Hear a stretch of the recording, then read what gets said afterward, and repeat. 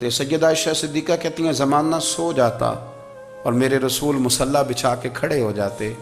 او یار کھیتی باڑی کر کے نہیں، محنت مزدوری کر کے نہیں۔ جناب عائشہ کہتی ہیں میں یہ بھی دیکھتی کہ حضور ایک آیت شروع کرتے تو ساری رات اسی کو پڑھتے، اور میری نظر جاتی تو قدم مبارک پہ ورم آ جاتا۔ یار نماز پڑھ کے اتنی مشقت کر کے اتنی جد و جہد کر کے ورم آ گیا، یا رسول اللہ اتنی محنت کیوں کرتے ہو؟ فرمایا افلا اکون عبدا شکورا، کیا میں اپنے رب کا شکر گزار بندہ نہ بنوں؟ صحابہ کا ذوق عبادتوں کا، ریاضتوں کا، تلاوتوں کا، طبیعت ہے ان کی، وہ ایک دوسرے کو۔ حضرت مولا علی شیر خدا کرم اللہ تعالی وجہہ الکریم کے زمانے میں روم کے بادشاہ نے کہا یار یہ مسلمانوں کا پتہ تو کرو، یہ آخر کیوں اتنے زیادہ مجاہد ہیں؟ اس زمانے میں جاسوس بھیجنے کا مزاج تھا، اب تو جاسوس پکڑا جاتا ہے، اب تو جاسوس ہو، اور جاسوسی کا شوق ویسے آج بھی ہے۔ عرض کروں تھوڑی سی بات اس عنوان سے، پتہ کیا ہمارا مسئلہ ہے؟ ہم جہاں جاتے ہیں نا وہاں تھوڑی خوشبو سونگنے کی کوشش کرتے ہیں، وہ کیا ہے تو یہ کیا ہے تو ادھر کیا ہے تو تھوڑا سا ادھر کیا ہے۔ میرے رسول پاک پڑھیے درود شریف، سارے پڑھیے ذرا زور سے، صلی اللہ تعالی۔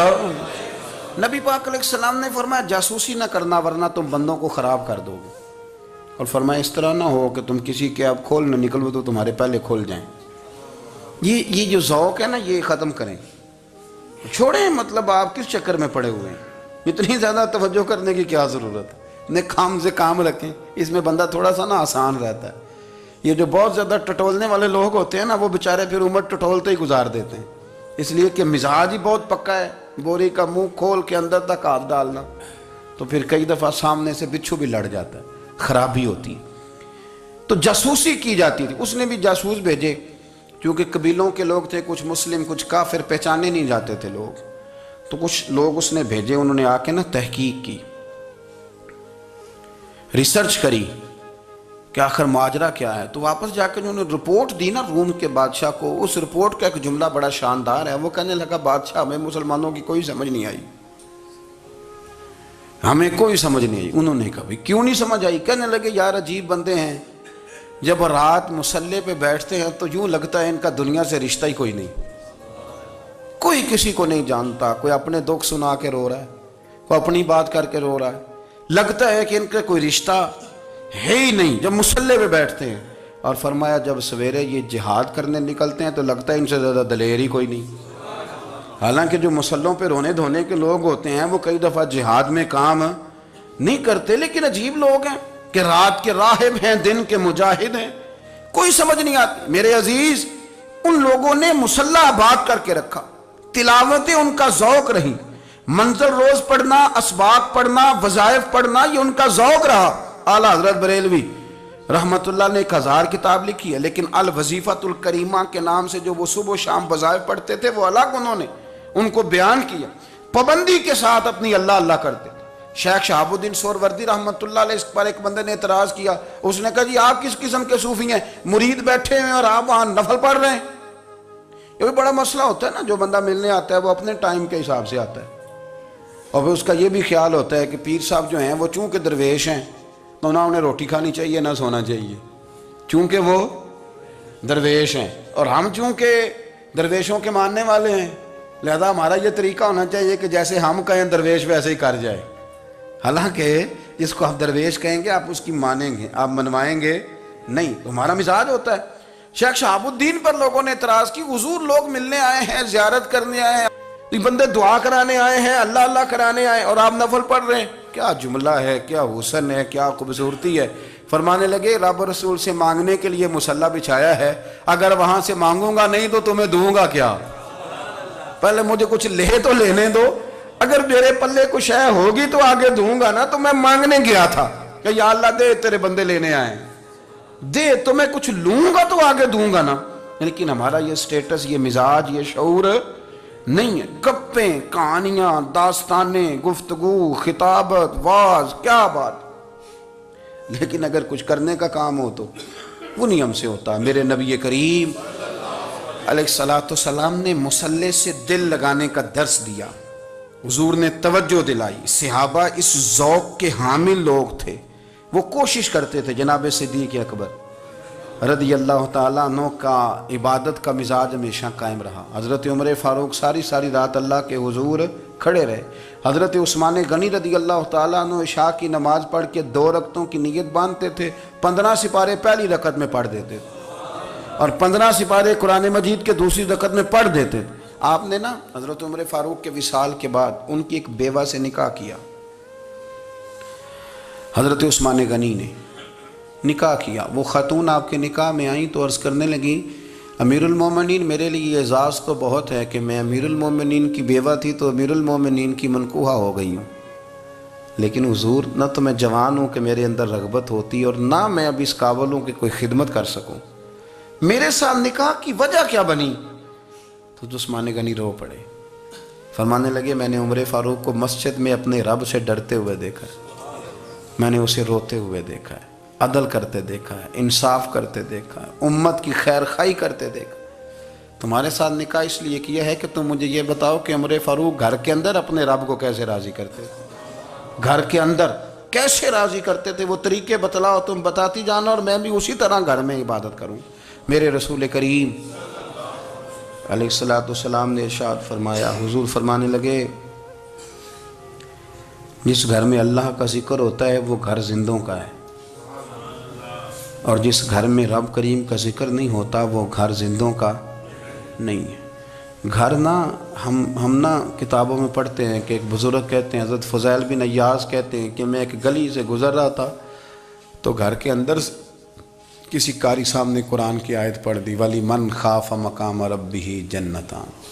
میں تے میرے کانوں سے ٹکرائی تو اللہ نے میری کایا ہی پلٹ دی, میں توبہ کر گیا. اب گھر کے اندر سے آواز آئے تو صحیح نہ تلاوت کی, پر اندر سے آواز آتی نہیں, یا ڈیک بجنے کی آواز آتی ہے, یا ٹی وی چلنے کی آواز آتی ہے, یا دھوم مچانے کی آواز آتی ہے. عبادت کا وہ جو خاص شوق تھا, وہ جو حسن تھا, وہ جو توانائی تھی, وہ جو بات تھی.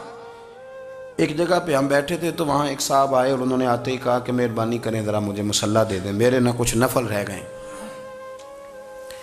تو میں نے وضو کر لیا تو کوئی مصلی مل جائے, مصلی انہیں دے دیا گیا. وہ مصلی لے کے چلے گئے تو پیچھے ایک صاحب نے تبصرہ کیا, کہنے نے کتنا ریاکار بندہ ہے, لوگوں کو دکھا رہا ہے کہ میں نفل پڑھتا ہوں, ہے کوئی بات کرنے والی. میں نے اسے کہا, میں نے کہا تو مہربانی کرنا اس طرح کی ریاکاری تو بھی کر, پکڑ مصلی اور جا تو بھی تھوڑی ریاکاری کر کے آ, اٹھ ذرا شکر کر, کوئی یہ ریاکار بھی ملا ہے, کوئی نفل پڑھ کے ریاکاری کر رہا ہے. اللہ کا میں کہتا ہوں کو پڑھے تو صحیح نہیں, یہ کوئی دور ہے نفل پڑھنے کا, اس میں تو لوگوں کا مزاج ہی نہیں, طبیعت ہی نہیں. میں نے کہا چل مہربانی کر یہ لے مصلی اور تو بھی جا تھوڑی سی یا کر یا ریاکاری کرو تو صحیح نا, مزاج ہی نہیں, ذوق. جمعے کی نماز پڑھ کے یوں دنیا بھاگتی ہے, او ہو پتہ نہیں کون سی پیچھے آگ تھی جو بجھائی جائے گی. اور آج تک لوگ مسئلہ پوچھ رہے ہیں کہ جمعے کی بعد والی سنتیں کتنی ہوتی ہیں. میں نے کہا کتنے سال ہو گئے جمعہ پڑھتے, کتنے سال ہو گئے, ابھی تک سنتوں کا نہیں پتہ, ابھی تک نے علم کے پہلے کتنی رکھتے ہیں اور بعد میں کتنی رکھتے ہیں.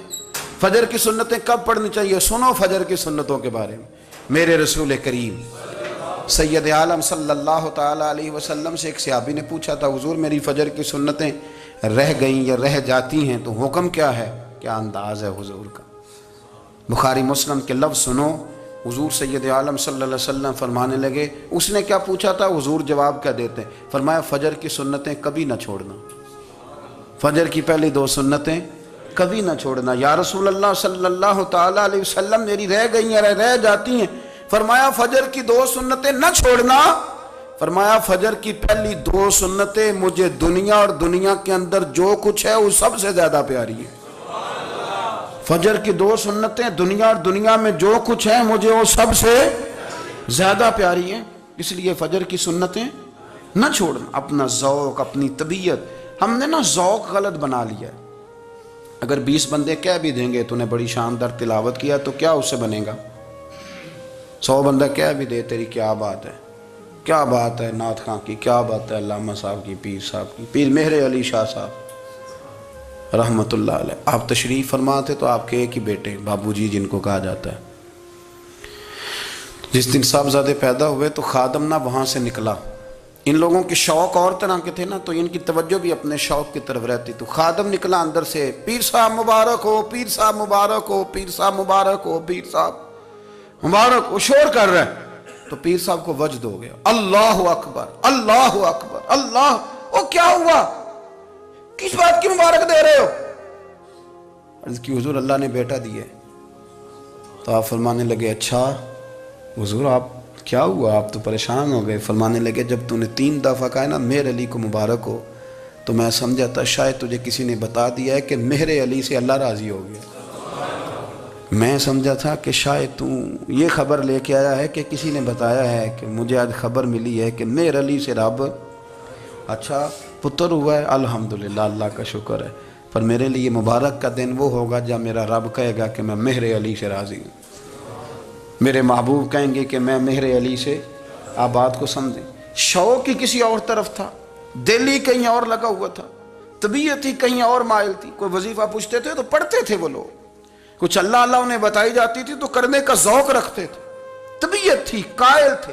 حضرت ربیع کہتے ہیں میں بڑی دور سے سفر کر کے گیا حضرت اویس کرنی سے ملنے، بڑی دور سے، اور جب میں پہنچا تو فجر کا وقت تھا، تو حضرت اویس کرنی کو میں نے پا لیا، تو وہ نماز پڑھ کے نا قرآن شریف لے کے بیٹھ گئے۔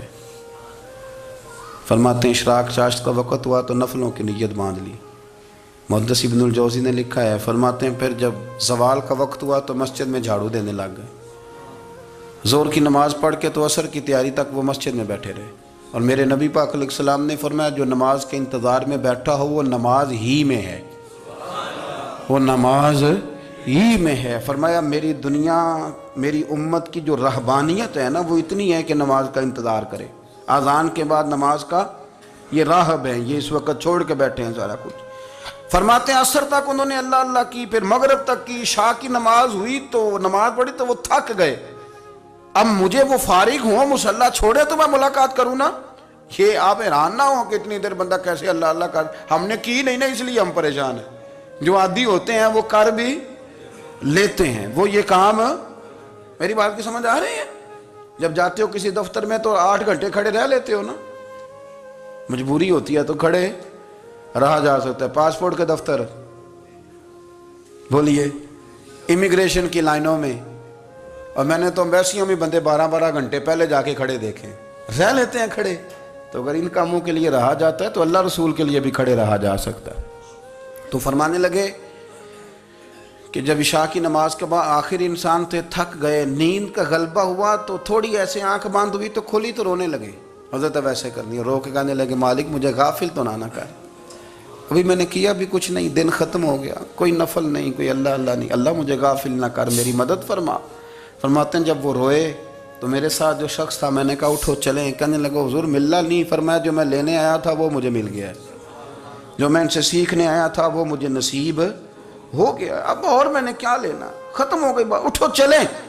اللہ کے بندوں نے حضرت ربیعہ بن کعب اسلمی رضی اللہ تعالیٰ عنہ فرماتے ہیں، کہتے ہیں جب بنو قریظہ اور بنو نذیر یہودیوں کے ساتھ حضور علیہ السلام نے جنگ کا اعلان فرمایا تو وہ دشمن ہو گئے، ہمیں خطرہ تھا کہ وہ رات کو کہیں محبوب کو تکلیف نہ دیں، تو کچھ لوگ نا تلواریں لے کے نبی پاک کے دروازے پہ پہرے داری کرتے تھے۔ گن مین رکھنا حرام نہیں، اگر کسی کو واقعی خطرہ ہو تو اس کے لیے سنت بھی ہے۔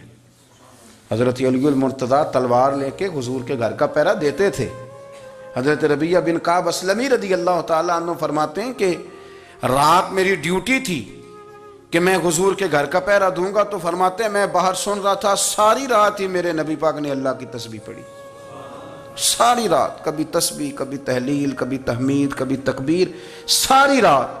فرماتے ہیں ساری رات حضور پڑھتے رہے اور ساری رات ہی میں سنتا رہا، مجھے اونگ آ گئی، میری آنکھ لگ گئی، حضور ابھی پڑھ رہے تھے، میں تھک کے سو گیا، اور فرماتے ہیں جب میری آنکھ دوبارہ سے کھلی تو میرے کانوں میں پھر کوئی چیز گونجی، تو میں نے کان لگایا تو میرے حبیب ابھی بھی اللہ کو یاد کر رہے، ساری رات حضور رب کی عبادت کرتے۔ اسی لیے تو کہا یا ایھا المزمل قم اللیل الا قلیلا، حبیب ساری رات تو نہ جاگا کا، تھوڑا آرام بھی کر لیے گا۔ میرے بھائی اپنا مصلی، اپنی عبادات، اپنے وظائف، اللہ اللہ جو آپ نے کسی سے سیکھی ہے اس کو کبھی کمزور نہ ہونے دیں۔ شجرہ شریف جو کسی بزرگ سے آپ لے لیتے ہیں تو کیا رسم ہے کوئی؟ اس پہ کچھ لکھا ہوتا ہے، وہ پڑھنے کے لیے دیا جاتا ہے، اس پہ لکھا ہوتا ہے کہ یہ اللہ اللہ آپ نے کرنی ہے۔ ساری زندگی کسی اسکول میں داخل ہو گئے اور وہاں جا کے آپ نصاب ہی نہ پڑھیں، کتاب ہی نہ کھولیں تو پاس ہو جائیں گے؟ وہ کہتے ہیں میں 20 سال جاتا رہا ملا کچھ نہیں، تو آپ نے لیا کیا ہے؟ ایک اتنی سی کتاب تھی، اس کو تو کھول کے آپ دیکھ نہیں سکے، اس کے وظائف تک تو رسائی نہ ہوئی، اس لیے کہ اللہ اللہ کرنا مشکل ہے اور تصویر کھنچانا یہ آسان کام ہے۔ تو جو آسان ہے اس طرف ہماری توجہ لگی رہتی ہے اور جو مشکل ہے اس طرف ہم ذوق پیدا نہیں کرتے۔ یا ایھا الناس اعبدوا ربکم الذی خلقکم والذین من قبلکم لعلکم تتقون، اے لوگوں اس رب کی عبادت کرو جس نے تمہیں پیدا کیا اور تم سے پہلوں کو پیدا کیا، اس لیے عبادت کرو کہ تم پرہیزگار ہو جاؤ گے۔ مالک سمجھنے کی توفیق عطا فرمائے۔